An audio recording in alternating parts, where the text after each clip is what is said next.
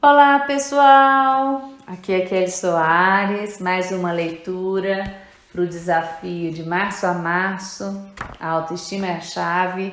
O livro Como Assumir Sua Vida, de Newman e Berkowitz, da editora Salamandra. Vou ler hoje o capítulo 9, Desempenhe seu próprio papel. Vamos contar o caso de um homem que não tinha pontos de vista próprios e de como ele foi ajudado a se tornar ele mesmo. Trata-se de um talentoso artista de televisão que era capaz de desempenhar qualquer papel, mas fora do alcance das câmeras, ele não conseguia ser ele próprio. Na primeira sessão, ele disse: "Aposto que você não é capaz de resolver um problema de matemática bem simples." E ele respondeu: "Exato, você tem toda a razão. Não sei nada de aritmética. Não consigo entender nada."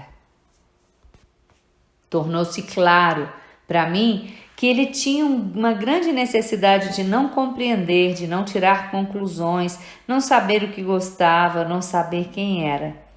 E para isso ele precisava de um analista. Não fui eu seu primeiro analista, para lhe dizer quem ele era. Sua mulher também o explicava para si mesmo, porque ele não queria saber quem ele era. Quando eu lhe disse que ia ajudá-lo a descobrir quem ele era, ele riu. Durante 8 anos de tratamento com diversos analistas, ninguém havia sugerido que isso podia ser feito. E ele, de certo modo, aceitara o fato de que ninguém podia ajudá-lo nesse ponto. É verdade que algumas pessoas esperam para serem definidas, mas ele tinha que ser redefinido diariamente. Esse homem jamais conseguiu entender os conceitos intelectuais, se bem que era evidente que não lhe faltava inteligência. Se não fosse basicamente inteligente, nunca teria conseguido desempenhar tantos papéis de maneira tão brilhante. Porém, ao ouvi-lo falar, era fácil ver que ele se bloqueara para não usar a cabeça. Ele dizia não só "não compreendo isso", mas acrescentava "nunca vou compreender." Foi sugerido que ele devia desempenhar o papel dele próprio. E eu lhe disse o seguinte: se eu fosse você, desempenharia o papel de eu mesmo.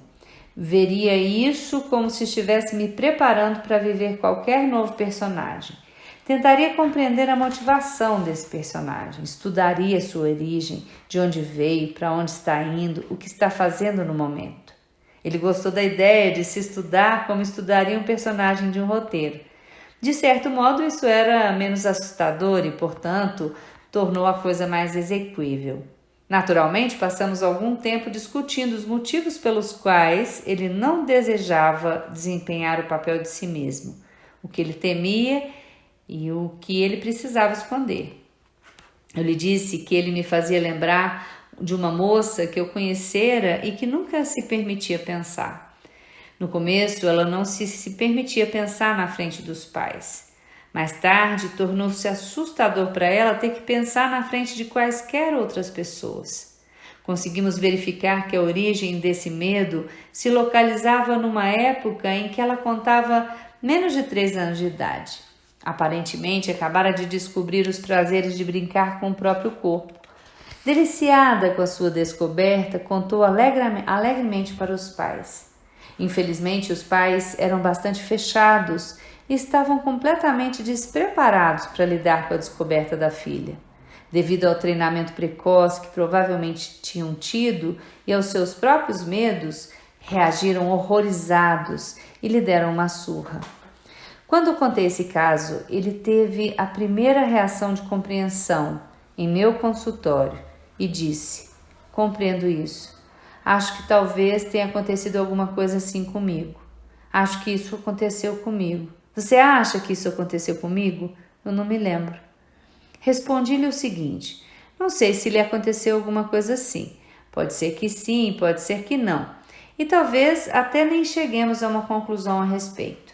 Mas podemos partir do princípio de que aconteceu, já que esse caso parece tão importante para você. Depois podemos, talvez, andar para trás e examinar as diversas coisas de que você se lembra da sua infância, e aí podemos começar com a idade que você quiser." Quando ele apreendeu que se tratava de construir seu personagem e o que vinha evitando ao não desempenhá-lo, em não o sendo, começou a conseguir completar as características desse personagem, pôde compreender alguma coisa sobre si mesmo em diversas idades da sua vida. Começou a se lembrar do tipo de jogos de que gostava quando era criança, lembrou-se de seus esportes prediletos, suas histórias prediletas, suas cantigas preferidas.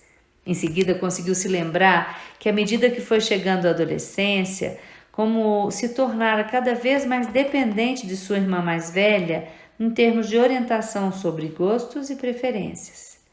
Com o passar do tempo, essa dependência transferiu-se para os professores, diretores, amigos e, finalmente, sua mulher, além de, evidentemente, sua série de analistas.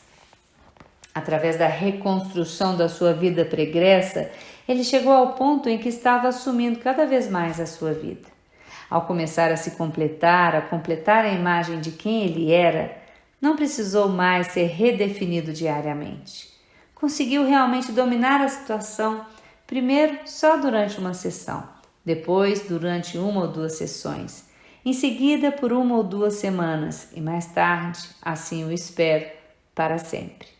Aconteceu uma coisa espantosa.